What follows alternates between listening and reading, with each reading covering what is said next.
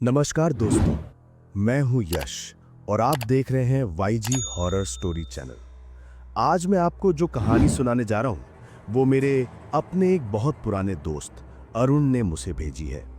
अरुण एक साधारण सा लड़का है, नेचर फोटोग्राफी करता है, जंगलों में घूमना फिरना उसका शौक है।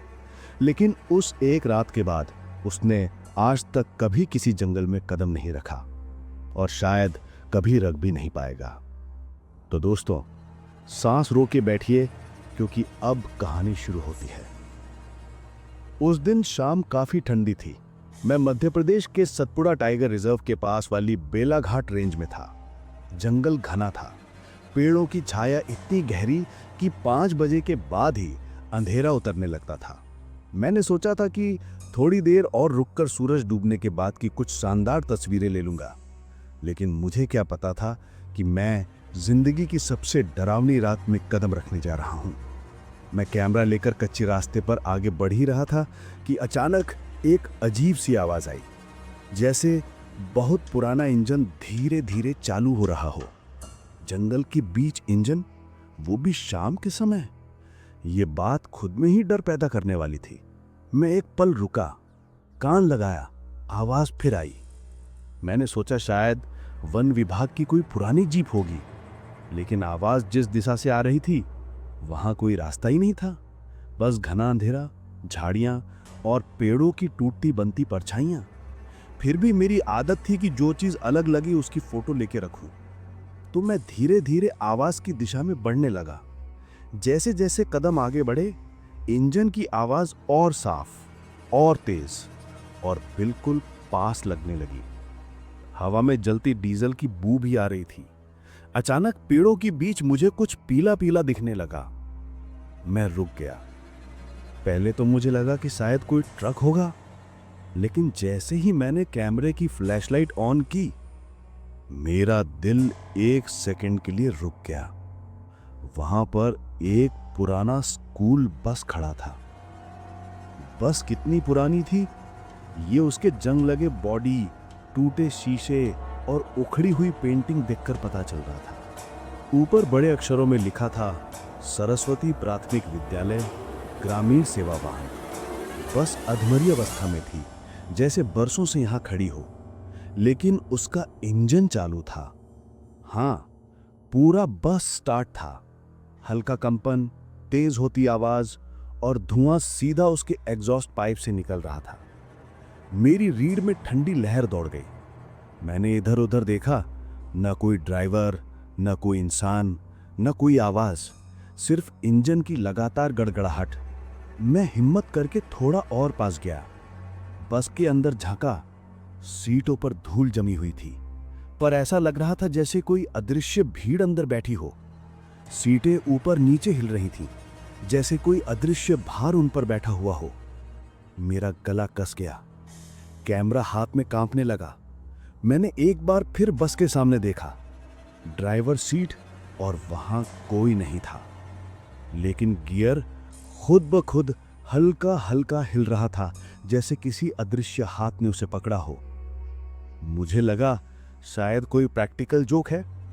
वन विभाग की टीम ने शायद कोई शूट या कोई रिकॉर्डिंग सेटअप किया हो। लेकिन फिर मैंने एक ऐसी चीज देखी जो मेरी पूरी दुनिया हिला देने वाली थी। बस के अंदर की खिड़कियों पर धुंधली परछाइयां दिखने लगी। छोटे छोटे बच्चे, हाँ, जैसे स्कूल के बच्चे कांच से बाहर झांकते हैं, उसी तरह कई छोटे छोटे चेहरे कांच से चिपके हुए थे। लेकिन उन चेहरों की आंखें खोखली थीं, काली, बिल्कुल काली। मैं पीछे हट गया। इंजन अब पहले से ज्यादा तेज होने लगा, जैसे बस गुस्सा हो रही हो कि मैं उसे बीच में छोड़कर जा रहा हूं। मुझे लगा कि अब भागना चाहिए। मैं मुड़ा ही था कि पीछे से दरवाजे के जोरदार बंद होने की आवाज आई। ठक! मैंने पलटकर देखा, बस का दरवाजा खुद ब खुद बंद हो चुका था। अब इंजन इतनी तेज आवाज कर रहा था कि पूरा जंगल हिल रहा था।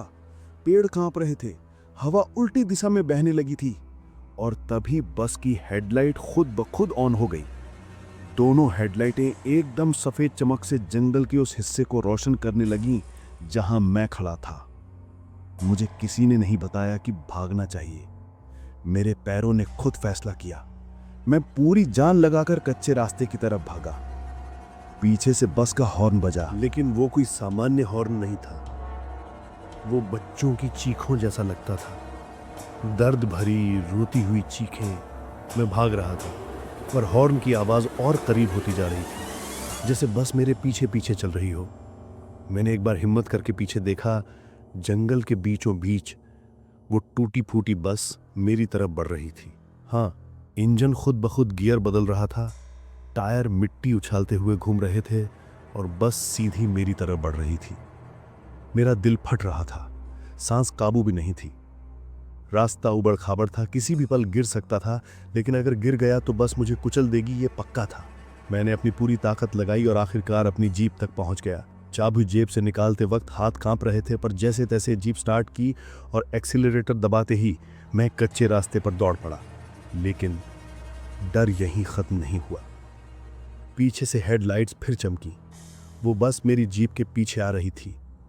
जंगल का सकरा रास्ता सिर्फ इतना चौड़ा था कि एक ही गाड़ी चल सके, और वो बस इतनी चौड़ी थी कि लग रहा था पेड़ों को चीरते हुए निकल रही हो।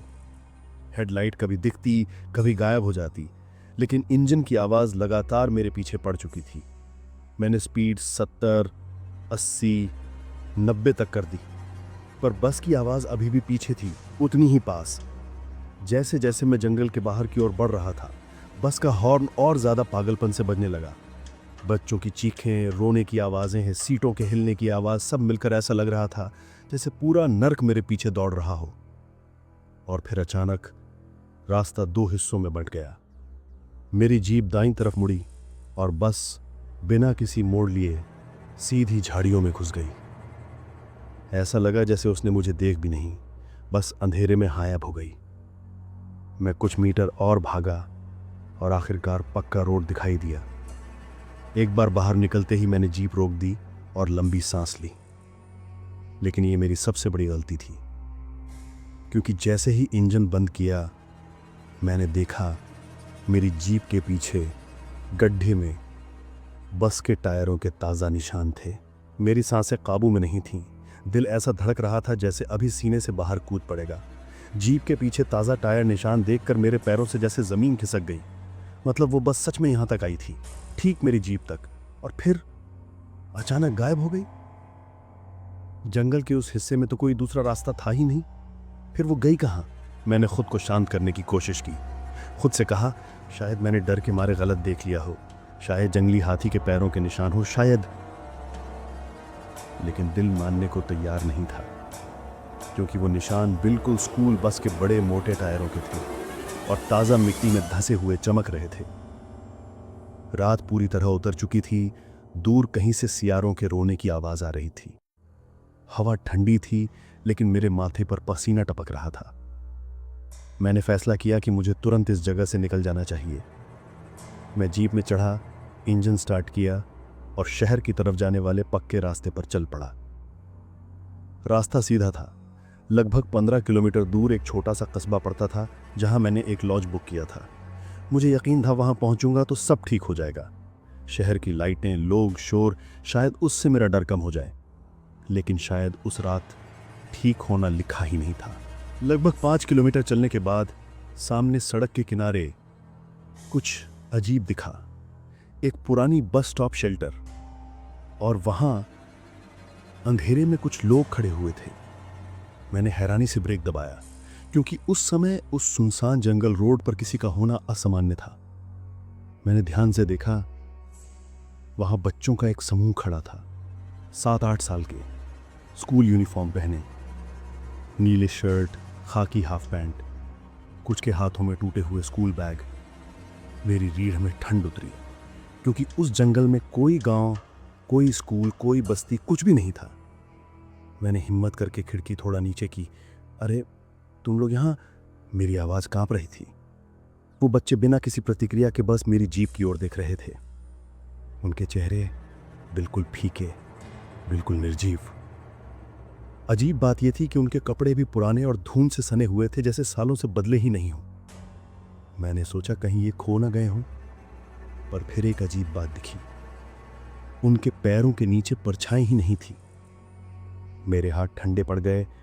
मैंने तुरंत शीशा ऊपर किया और घबराकर एक्सीलरेटर दबाया। लेकिन जैसे ही जीप आगे बढ़ने लगी, मेरी हेडलाइट उनके ऊपर पड़ी और बच्चे एक झटके में गायब हो गए। हाँ, गायब, जैसे हवा में धुंध की तरह घुल गए हों। मेरी ये हालत थी कि मैं चीख भी नहीं पा रहा था। दिमाग सुन्न, आंखें चौड़ी, पूरा शरीर कांप रहा था। मैं कुछ समझ ही नहीं पा रहा था कि ये सब हो क्या रहा है। मैं जीप को लगभग 100 की स्पीड से कस्बे की ओर ले जा रहा था। मन सिर्फ एक ही बात सोच रहा था, बस होटल पहुंच जाऊं, बस किसी इंसान को देख लूं, बस इस रात से बाहर निकल जाऊं। लेकिन उस रात की भयावहता खत्म होने का नाम ही नहीं ले रही थी। करीब 10 बजे का समय रहा होगा। मैं कस्बे के पास पहुंचने ही वाला था कि अचानक मेरी जीप के अंदर से बच्चों की हंसी सुनाई दी।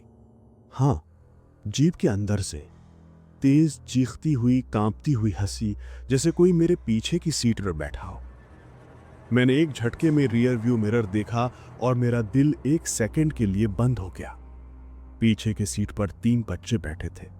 उनके चेहरों पर कोई आंखें नहीं थीं, बस खोखली काली गहराई। उनके होंठ सिल चुके थे, लेकिन फिर भी हंसी उन्हीं के अंदर से निकल रही थी। मेरी चीख गले में ही अटक गई। मैंने डर के मारे ब्रेक मारा। धड़ाम, जीप सड़क किनारे रुक गई। मैंने एक पल भी नहीं सोचा, सीधा दरवाजा खोला और बाहर कूद गया। लेकिन बाहर आते ही एहसास हुआ कि गलती कर दी, क्योंकि जीप की हेडलाइट अब अपने आप बंद हो गई और पीछे खड़े पेड़ों के बीच से धीरे धीरे वही पीली पुरानी स्कूल बस बाहर आ रही थी। उसका इंजन ऐसे गरज रहा था जैसे किसी जंगली जानवर का पेट भूख से चिल्ला रहा हो। उसकी टूटी खिड़कियों पर फिर वही खोखली आंखों वाले बच्चों की परछाइयां दिखाई दे रही थी, और इस बार ड्राइवर सीट पर कोई आकृति बैठी थी। उसका सिर नीचे झुका था, चेहरा काला, जला हुआ, अनजान। इंजन और तेज होने लगा। हेडलाइट मेरी आंखों पर पड़ी, इतनी तेज कि कुछ पल के लिए मैं अंधा सा हो गया। मैंने भागने की कोशिश की, लेकिन मेरे पैर जमीन में गड़ गए थे, जैसे किसी अदृश्य ताकत ने मुझे वहीं रोक दिया हो। मैं हिल भी नहीं पा रहा था, बस धीरे धीरे मेरी तरफ बढ़ रही थी, मानो मुझे सीधा रौंद कर निकल जाए। मैं पूरी ताकत से चीखने की कोशिश कर रहा था, लेकिन आवाज निकल ही नहीं रही थी। गला जैसे किसी ने जकड़ लिया हो।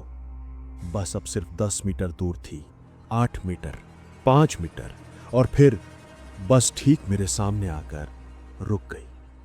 हेडलाइट बंद, इंजन बंद, हर आवाज अचानक गायब। मैंने डरते हुए ऊपर देखा।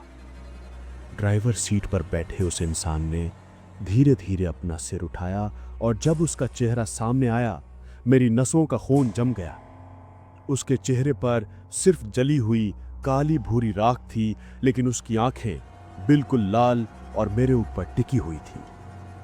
उसने अपनी राख से भरी उंगली से मेरी तरफ इशारा किया, और उसी पल बस के सारे दरवाजे खुल गए। अंदर बैठे बच्चे धीरे धीरे खड़े होने लगे। उनकी आंखें खोखली थीं। बच्चों की गर्दनें एक साथ मेरी तरफ मुड़ी, और वो दृश्य इतना अस्वाभाविक था कि मेरी सांस रुक गई। उनकी खोखली आंखें जैसे मेरे आर पार देख रही थीं। मैं पीछे हटना चाहता था, लेकिन शरीर सुन्न था, जैसे किसी ने मेरी छाती पर अदृश्य हाथ रखकर मुझे वहीं जकड़ लिया हो। अचानक बस के अंदर से एक तेज कान फोड़ू चीख निकली, हमें घर पहुंचा दो। यह आवाज बच्चों की नहीं थी, शायद उन सब की मिलकर एक ही आवाज बन गई थी। बस धीरे धीरे आगे बढ़ने लगी, जैसे मुझे धक्का देकर अंदर खींचना चाहती हो। मैंने पूरी ताकत से चिल्लाया, मैंने कुछ नहीं किया, मुझे छोड़ दो। और तभी कुछ अजीब हुआ। सड़क के दूसरी तरफ से एक लोहे का बड़ा ट्रक तेज लाइट लिए मेरी तरफ आ रहा था। शायद मेरा चीखना उसने सुन लिया था। बस की हेडलाइट अचानक चमकी और बच्चों की चीखें और तेज हो गईं। ड्राइवर की जली हुई आकृति ने एक पल के लिए मेरी आंखों में देखा, और फिर उसने अपना हाथ बस के स्टीयरिंग पर जोर से मारा। बस पूरे जोर से पीछे की तरफ लुढ़की, सीधे घने जंगल में। ट्रक ड्राइवर ने ब्रेक मारा, उतरकर मेरी तरफ दौड़ा और चिल्लाया, भाई साहब ठीक हो? ये बस कहाँ गई? मैंने तो बस की झलक देखी थी। मैं कुछ बोल नहीं पाया। जंगल की तरफ देखा। जहां बस अभी अभी थी वहां अब सिर्फ अंधेरा था। कोई निशान नहीं, कोई आवाज नहीं, सिर्फ ठंडी हवा। ट्रक ड्राइवर ने घबरा कर पूछा, किसी ने आपको मारने की कोशिश की क्या? मैंने बस इतना कहा, वो बस थी पर असली नहीं थी। उसने मेरा कंधा पकड़ा और कहा, छोड़ो, बैठो, मैं छोड़ देता हूं। मैं ट्रक में बैठ गया, लेकिन निकलने से पहले एक बार फिर पीछे देखा और मेरी रूह कांप गई। जंगल के अंदर पेड़ों के बीचों बीच थोड़ी देर के लिए वही बस की 2 सफेद हेडलाइट्स फिर चमकी, एक पल के लिए, और फिर पूरी तरह से गायब हो गई। उस रात के बाद मैंने कभी उस रास्ते पर जाना तो दूर, उस इलाके का नाम तक नहीं लिया। और आज तक जब भी मैं किसी पुरानी स्कूल बस को सुनसान रास्ते पर खड़ा देखता हूं, मेरे कानों में वही आवाज गूंजती है, हमें घर पहुंचा दो। और दोस्तों, ये थी कहानी। अगर आपको कहानी पसंद आई हो तो लाइक करें, शेयर करें और चैनल को सब्सक्राइब करें।